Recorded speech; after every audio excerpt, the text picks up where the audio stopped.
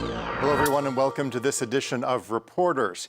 It's a civil war that has lasted just a month on the borders of Ethiopia, Eritrea, and Sudan. The humanitarian effects have been great, but the scope is still difficult to measure.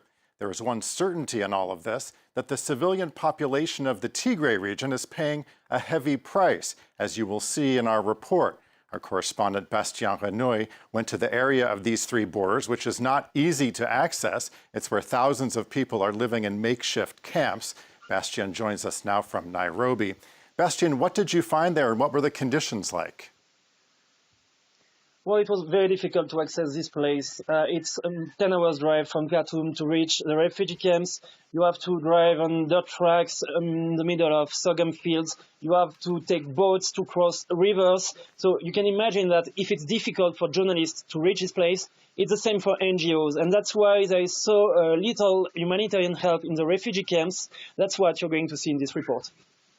Thank you, Bastien. We'll talk to you a little bit more after your report. The war in Tigray and exodus to Sudan.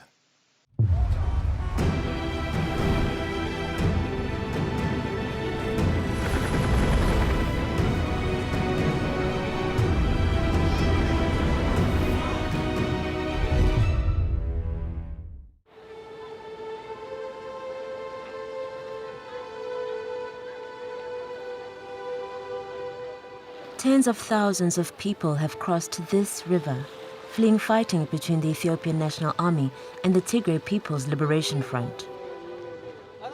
They walked for days, dodging militia and bombs. This was their last obstacle on their way to Sudan and to safety.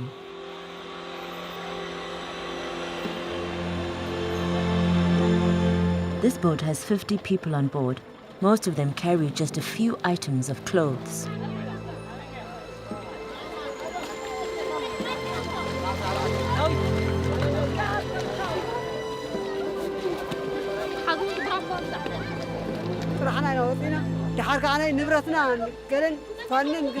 The militias took our belongings. When we wanted to go back home, they shot at us. Many people have had to hide and live in the bush. We were starving. Then we heard a rumor that there was a refugee camp in Sudan.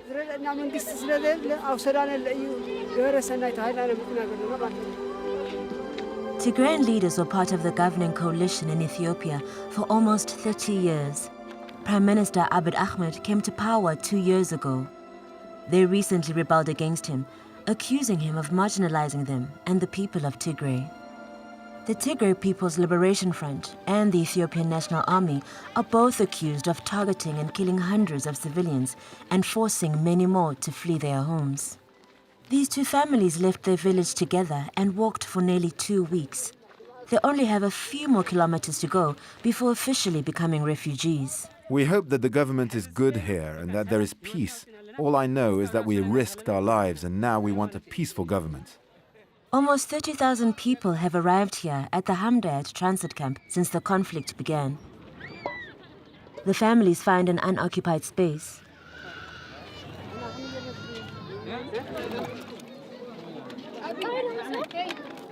They have no shelter, so they lie on the ground out in the open and rest. We found the people who returned to villages, dead in the streets.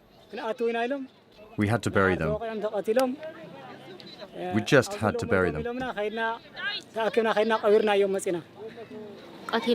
Houses were burnt down.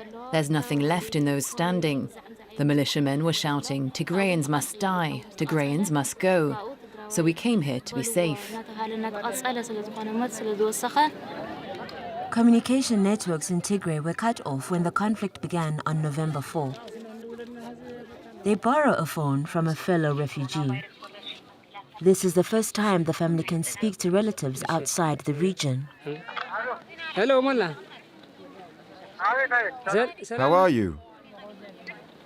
I'm fine, it's me, Tigray. Yes, I'm fine. They kill people, execute them because they're Tigrayans. So I crossed the river to Sudan. And our sister, Tsahai, do you know where she is? Unable to cook on their journey, they have not had a proper meal for several days. The World Food Programme provides rations of lentils and sorghum for them and others. I couldn't take anything with me. I just have these clothes. It's been 6 days since I ate anything other than the seeds I found. It's good to be here.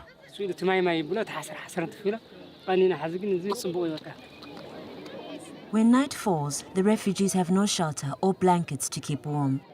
There are too many refugees for Hamdayat village to accommodate them all. A fellow refugee offers them coffee and advises them to ask to be transferred to a permanent refugee camp where they might find all they need. I'm leaving tomorrow. Would you like to come with me to Rakuba, or would you rather stay here? Well, I'm thinking of settling in this country.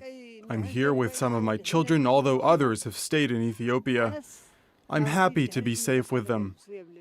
I don't think Ethiopia will ever become our country again because of all the atrocities that have taken place there. I won't go back. The fighting will continue.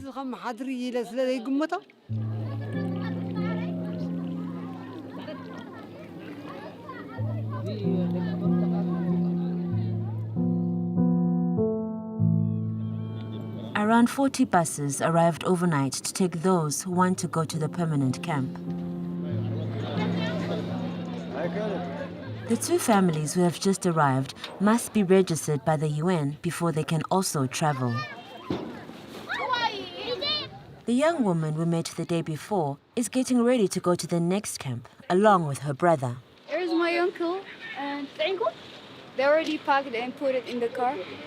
And we're leaving today from the refugee. We are going to Rakuba, and so we were happy. The Sudanese roads are dusty, so the refugees are given masks for protection. These old buses have already carried thousands of refugees who have faced the violence of war. Like people were dying. The bombs were coming from Eritrean border. It's they were destroying the houses and the downtown. They destroyed the downtown, so we were really afraid not to die. Then we escaped out. My problem is that the army told me, "Come back. This is your country. You must serve in the army or you'll be shot." They were Abiy soldiers and Amhara forces. What I've seen with my own eyes, there were corpses being burnt because they were Tigrayans. In a place called Abadi Shop, they killed them with knives and machetes. The Amhara forces did that. Some people in Meikadra were about to be killed because they were Tigrayans, some old people. After several hours of waiting, they finally start the journey. Ayres holds her most precious possessions over her knees. She was studying engineering. These are her diplomas. A grain of hope that might allow her to leave the camp if the conflict continues. I am thinking to write to some of universities if I could get scholarships. And this is all my documents. I will going to scan them and I will going to email to some of universities.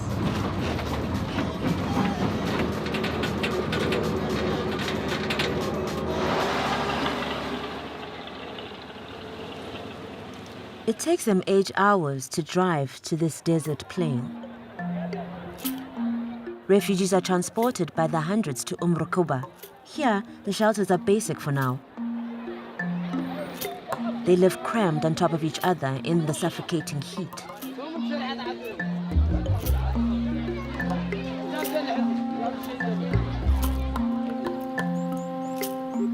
A few hundred meters away, Ayres, her brother, and their uncle find some shade under a water tank.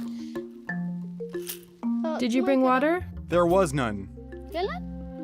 Ayres cooks shiro, a traditional Ethiopian dish bought from other refugees. They didn't give us plates to serve the food. We just have to use the pan. Good idea. They expected more help from the UN and the Sudanese government. Disappointed, Ayres thought about leaving the camp, but changed her mind. I was thinking to leave today, but my uncle told me to stay because there might be something is improved, like they might give us a shelter. Aris tries to get help, but in the camp, she can't find anyone in charge who can tell her what to do. She tries her luck with the first group of people she meets. Hello? What is the process to register? What should I do? I have these documents. These are not the right ones. You need one like that, and then you can go through the procedure. She then goes to the Red Crescent to ask for a blanket, but here too she has no luck. She is told to come back another day. I'm just here to get the blankets. I've been here yesterday. Depressed, Aris goes in search of network signal to call a friend who is still in Hamdayat and warn him not to get on the bus. I think it works here. If they allow me, I will leave. I don't think they'll let you come back here. What do you mean? You'll have to use all the means available to get out of that camp.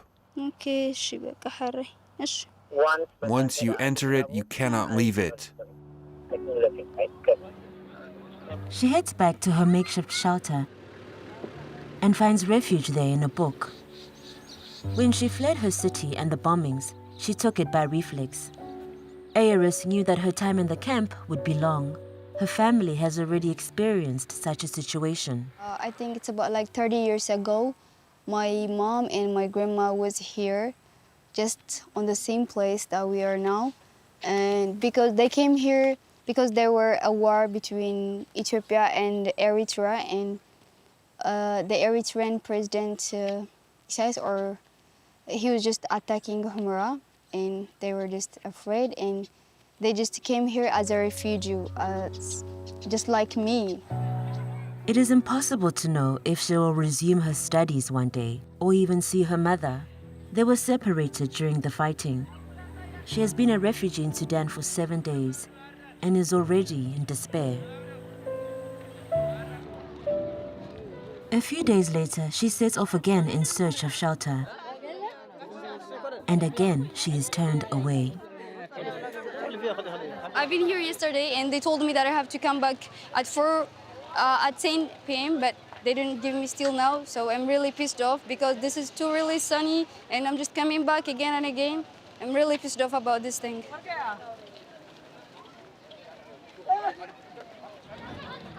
On the way back, she stops in front of the tents for the new arrivals. She sees a familiar face. These are the two families she met in Hamdayat the day before her departure. Hello. Look, it's our sister who's come to see us. Hello, come and kiss me. How are you, my sister? And you, my father. They too expected to have sufficient shelter, food, and water. But it's not the case. The joy of being saved from war has faded. This place is not well run. The services are bad. Half the people get something, and the other half get nothing at all. They don't follow the rules. Aris accompanies Atsede to ask for shelter. Once again, the young woman leaves empty-handed. She now has only two hopes: to be invited abroad by a university, or that the war stops so she can return to Ethiopia.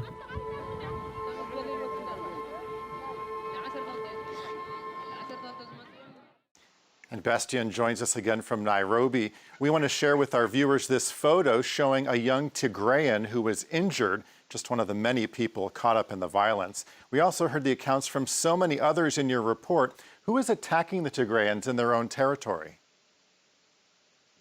Well, there are four main actors in this conflict. First, the Ethiopian army, which is in charge of the offensive on the Tigray People's Liberation Front. Then, according to the TPLF and according to civilians I've talked to in the refugee camps, the Eritrean army is also involved and attacking the north of the Tigray region. And finally, you have the Fano militias. They are composed of Amhara civilians coming from the neighbouring region of Tigray, and they are following the Ethiopian army. And according to the refugees, they are the one making most of the atrocities, most of the killings on civilians. But it's important to say that not only Tigrayans are attacked by militias. I've talked to a lot of Amhara refugees living in the refugee camps, and they also say that young Tigrayan groups are also attacking Amharas with rock, with knife, with machetes, trying to kill them. So it's important to note that both sides, on both sides, civilians are under attack in this conflict. And as we have seen in your report, the conditions the refugees are facing are really quite desperate. What difficulties have the UN and the Sudanese authorities had in providing assistance? Well, on the Sudanese side, it's very difficult for them to bring help to these refugees because there is a big economic crisis in Sudan. The exchange rate of the Sudanese pound is decreasing every day. The inflation is increasing every day. It's already difficult for the Sudanese government to help its own people, so helping refugees is even more difficult for them. On the UN side, the UN High Commissioner for Refugees visited the camps and said that they need $150 million to help these refugees who are in dire need of help. Well, it's been a week since you returned from the area. Do you have any updates on the people you met there since filing this report? Well, I've not been able to talk to Eyerus or to the other families that we met during this report. The network is so bad in this refugee camp that it's impossible to reach them. You saw in the report, you have to to climb a hill to be able to make phone calls. You have to try several times to reach the person you want to call. So I couldn't reach her. What I can tell you is that according to the UN, more food and more blankets have been brought to this place, and that's what she was looking for the most. It was the most important for her. What I know is that she couldn't go back to Ethiopia yet, since the fighting are still ongoing in Tigray region, and it's still very difficult for the refugees to go back in Ethiopia. Okay, Bastien Renouy in Nairobi, Kenya, thank you so much for your reporting. And that brings us to the end of this edition of Reporters, but do stay tuned for more world news here on France 24.